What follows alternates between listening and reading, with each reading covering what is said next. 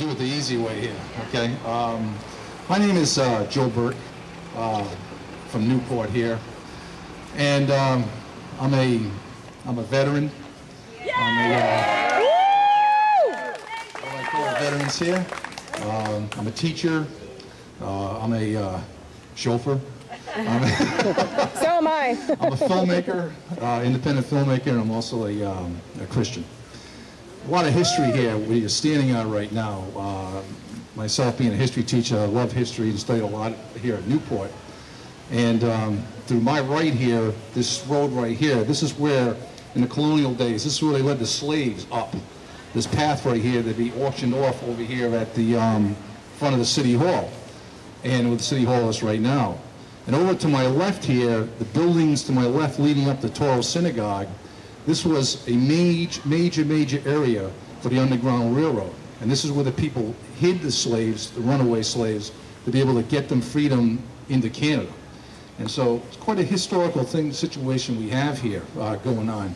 We need to remember that in a freedom, especially a freedom of religion. I mean, this is where it's at right now and what it's all about.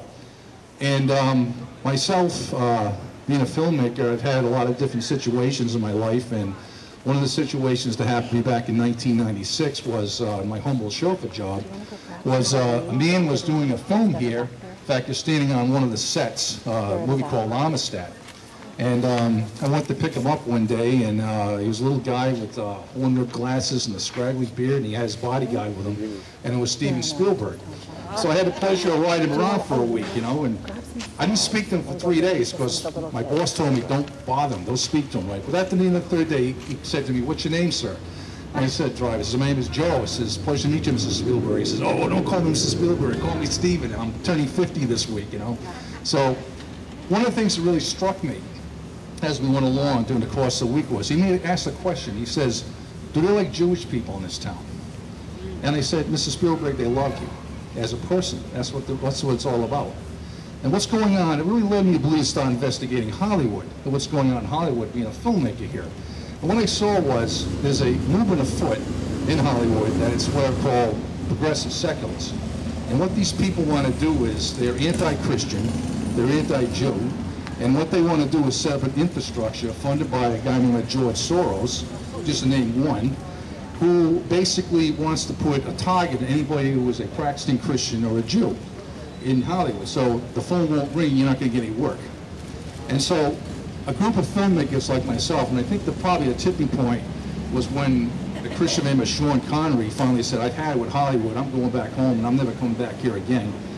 We started calling, I started talking to different filmmakers in places like Texas and North Carolina and here in Rhode Island.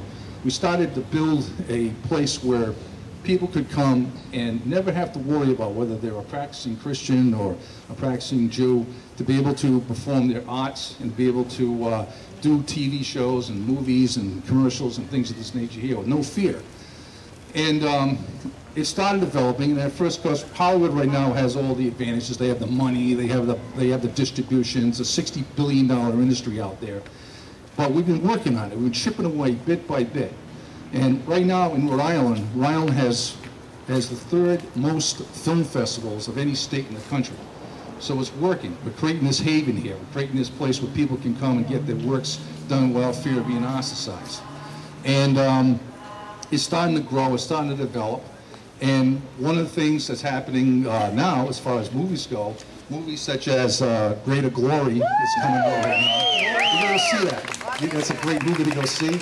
Support. These are people that, like Christians that believe in the sanctity of life and what it's all about.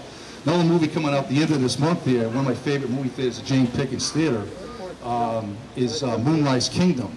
And Moonrise Kingdom stars Bruce Willis and Bill Murray. Now, Bruce and Bill, they were kind of crazy guys when they were younger, but they've come to God and they're pro-life, and it's definitely a great movie to go see. You like deadpan humor, you love Moonrise Kingdom.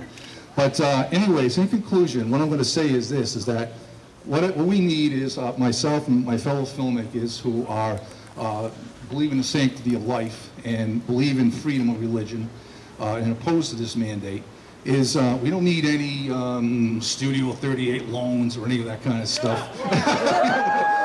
we don't need any of that stuff there. What we need basically is two things. We need your prayers, and because it's going to be God that's going to make this happen. And you know, and it's going to be basically us staying with it and working with it. George Washington, I mean, you know, he stayed with it. He endured. He lost every battle in the beginning, but he endured, and we won in the end. And here's the victory. Okay, we estimate that if we do this thing right, we can grab 10% for Rhode Island of what's going on in Hollywood right now. If that happens, here's the good news. This is how God's going to bless Rhode Island. We can make this happen, pray enough. We will create here a $6 billion industry, and we will create over 25,000 good-paying jobs here in the state. The average person in Hollywood makes $75,000 a year in the industry. So we need your prayers. And God bless everybody who came here today, and God bless America, and hand it back to Suzanne.